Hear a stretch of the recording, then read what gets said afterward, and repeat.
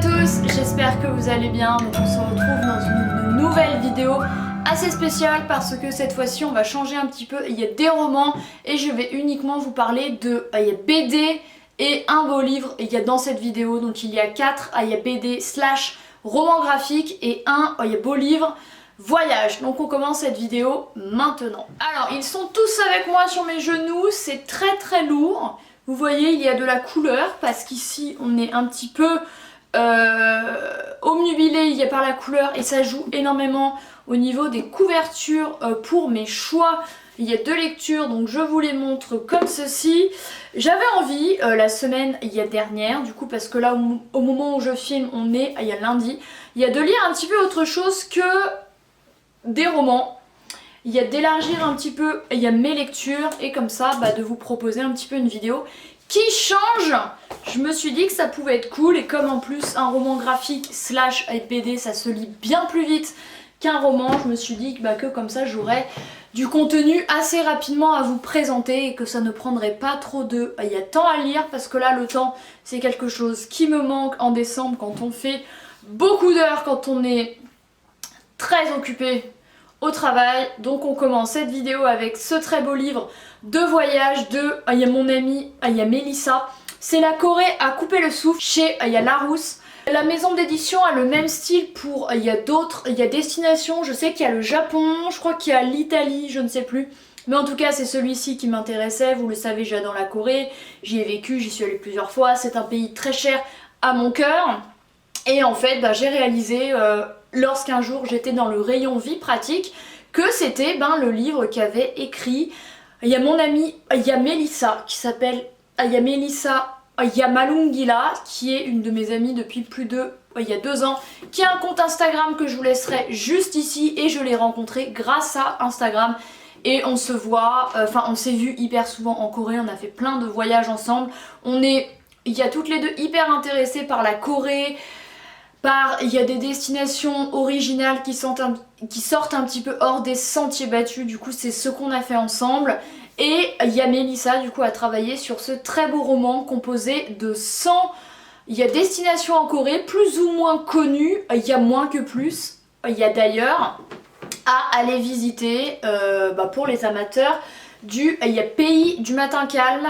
Du coup c'est un livre, je vais vous montrer un peu l'intérieur, divisé en fait selon les régions de la Corée. Du coup on a Séoul et ses alentours, on a la région du Jeollado, donc qui est vers Jeonju, on a la région du Gyeonggi-do, on a la région du Gangwon-do vers Gangneung, Sokcho, etc. Jeju, il y a même, et du coup Mélissa nous propose 100 lieux, donc des temples, des parcs, des lieux assez atypiques, plus ou moins connus. Bon bref, je reprends ma vidéo, je suis toujours emmerdée par mes voisins, par des bruits extérieurs, j'en ai ras-le-bol, bref. Et du coup, Mélissa, nous propose 100 lieux à aller visiter qui sortent hors des sentiers battus, on dit. Voilà, c'est un très beau livre à offrir aux amateurs de la Corée. Si vous souhaitez en savoir plus sur la Corée, je vous le conseille également, il est très bien illustré, elle s'est hyper bien renseignée parce que tous les conseils sont hyper bien avisés et bizarrement j'aurais cru connaître plus de lieux qu'elle a mentionné dans ce livre. Mais non, j'en ai découvert également, beaucoup, comme quoi on n'est jamais au courant, de tout et heureusement. Et du coup c'est avec elle le plus que j'ai voyagé et qu'on se proposait mutuellement d'aller visiter des lieux un petit peu paumés. On en a fait des voyages en bus ensemble hyper loin pour aller juste dans un café, etc. Donc voilà, je vous conseille ce très beau livre de voyage. Il y a La Corée à couper le souffle. Bon, je vais parler un peu fort parce qu'il y a toujours le monsieur avec son putain de truc pour les feuilles. Moi je bosse 40 heures par semaine, le seul moment où je peux filmer, il y a quelqu'un qui me fait chier, bref ça commence vraiment à me gaver. Ensuite, le second livre dont je souhaitais vous parler, il s'agit de Mitsuo, c'est la BD 1 sur 2 parce que c'est que elle pour le moment qui est sortie. C'est un très joli roman graphique slash il y a BD recommandé par ma collègue du rayon. J'ai beaucoup aimé les graphismes. Du coup il est écrit et illustré par JG et Jérôme Hamon, JG, Guigé, je ne sais pas. Bref, voilà, c'est l'histoire de Sacha qui a 8 ans et qui refuse un petit peu de vivre dans le monde classique. Voilà, et il est neuroatypique et il est persuadé d'être un gars dans une planète, voilà. Alors c'est pas la BD qui m'a... Merde, c'est pas... Il y a la BD qui m'a le plus plu, j'ai bien aimé les graphismes, mais j'avoue que cet aspect d'enfant qui arrive, il n'y a pas à être dans la réalité, qui reconnaît, il n'y a même pas ses parents qui communiquent, il n'y a pas avec eux. Je sais très bien qu'il y a différentes sortes d'autisme, des règlements psychologiques, etc. Mais j'avoue que ce gosse, j'ai eu envie de le secouer. Voilà, je deviens de moins en moins empathique. Je l'étais vachement plus jeune. Et maintenant, de plus en plus de gens me saoulent. Donc j'ai bien aimé, mais j'ai eu envie que cet enfant se réveille un petit peu et arrête de planer dans son monde.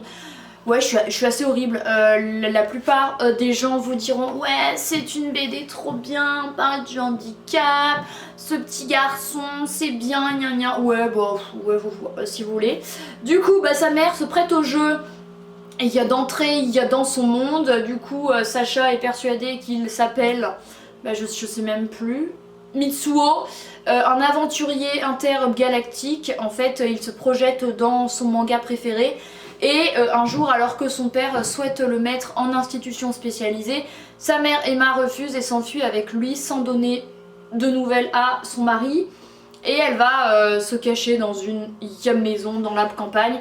Et son fils va être persuadé d'être Mitsuo, voilà, et sa mère va se déguiser pour se prendre au jeu et rentrer dans le monde de son fils. Donc en vrai, c'est une jolie histoire, une jolie... Et morale, mais voilà, le petit, j'ai un petit peu eu envie de le foutre des claques, même si ça ne sert à rien. Je suis horrible, je n'aurai sûrement... Il n'y a pas d'enfant, parce que s'il est différent, je ne le comprendrai pas. Bref, je suis un petit peu saoulée. Il y a le gars qui fait du bruit, ça altère mes idées.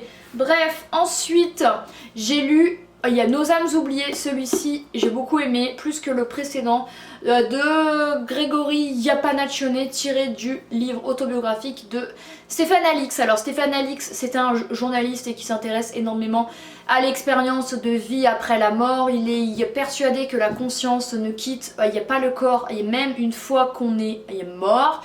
Il a publié quelques livres dans le rayon du coup ésotérisme. Et celui-ci, c'est ma collègue qui l'a reçu récemment. J'ai rangé ce qu'elle a reçu, quoi. Et je me suis dit, oh, il a l'air stylé, il est rose.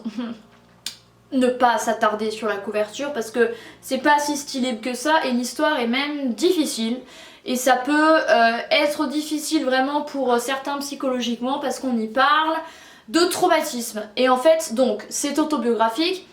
Grégory Yapanaccione a décidé d'adapter le roman de Stéphane Alix en un très beau roman graphique que j'ai beaucoup aimé. J'ai particulièrement aimé les dessins, voilà.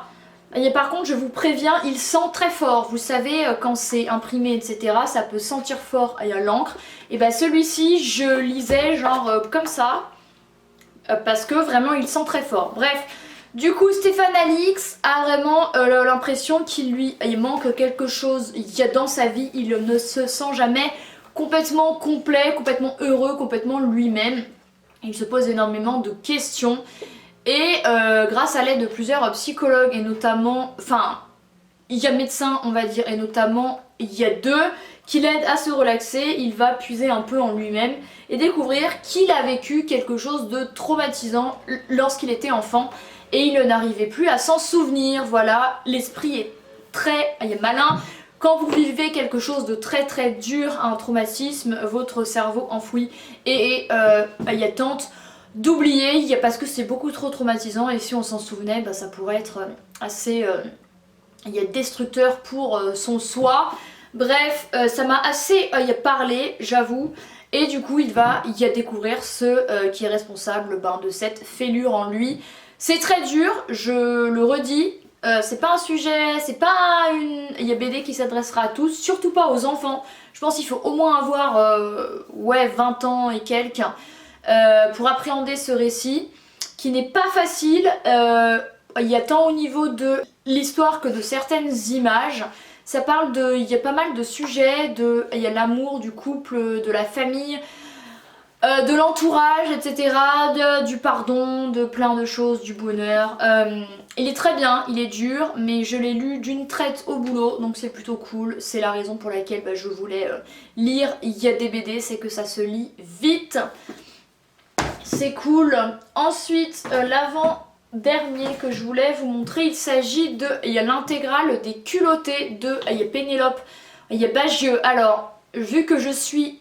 Il y a novice en il y a BD / roman graphique. Je connaissais bien sûr au moins il y a 2 noms, je ne l'avais jamais lu. Mais quand j'ai vu cette énorme chose sur la table de ma collègue, je me suis dit bah vas-y, je l'emprunte. Il est très lourd, je précise, il fait au moins 1 kg je pense. J'abuse, je ne sais pas. Et du coup il s'agit de cette intégrale vendue à 35 € que j'ai emprunté, que j'ai lu quand même en 3 soirs parce qu'il est vraiment épais.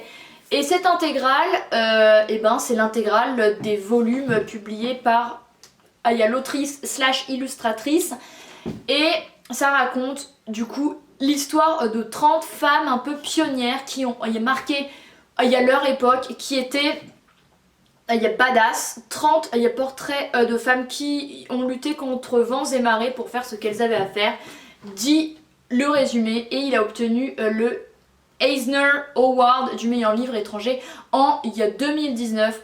Je vous conseille vivement ça si vous êtes un peu féministe, si vous vous intéressez aux femmes, si vous vous intéressez au monde, à ce qui vous entoure, si vous souhaitez en découvrir plus, si vous voulez élargir votre culture générale également, parce que de mon côté, la plupart des femmes présentées, je ne les connaissais pas du tout.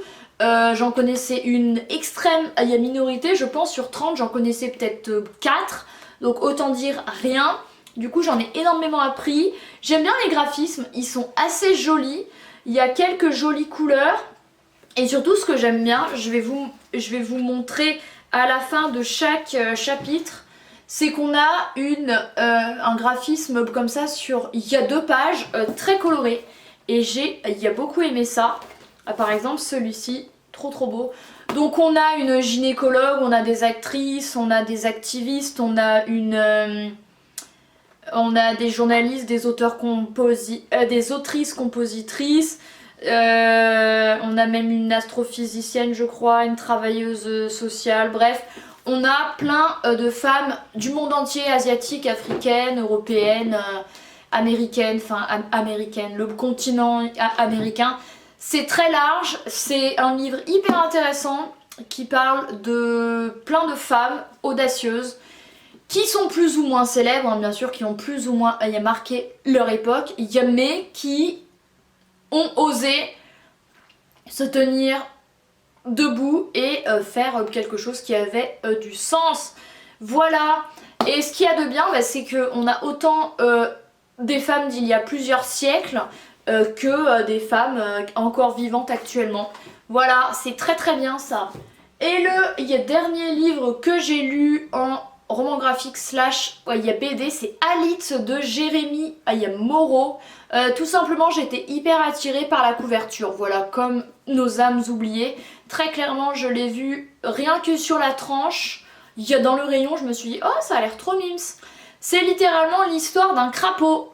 Voilà, qui l'eût cru que je lirais l'histoire d'un crapaud. Par contre, alors lui aussi il sent très fort, je préfère préciser. Moi qui suis assez sensible du nez, il sent très fort, il y a l'encre. Mais par contre j'ai adoré les graphismes, les couleurs sont absolument incroyables. Il y a énormément de vert, de violet, de jaune. J'aime trop, un peu comme la couverture je la trouve incroyable. Par contre je précise, il y a une couverture qui prend un petit peu les traces de doigts, mais encore ça va. Il y a pire. Regardez donc ça, donc forcément ça je l'ai lu très vite, il est très épais, il est épais, mais ça se lit vite. Il y a plusieurs pages où vous avez juste des dessins sans dialogue, sans écriture.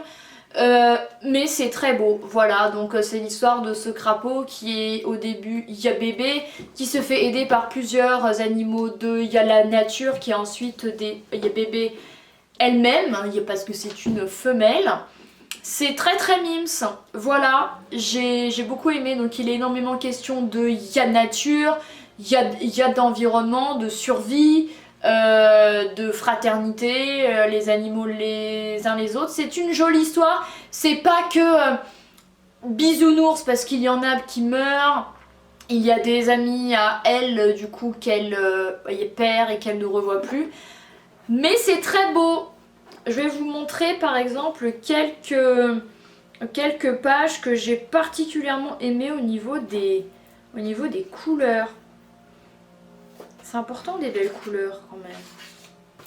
Par exemple, regardez ça, il y a des papillons, c'est beau. Voilà.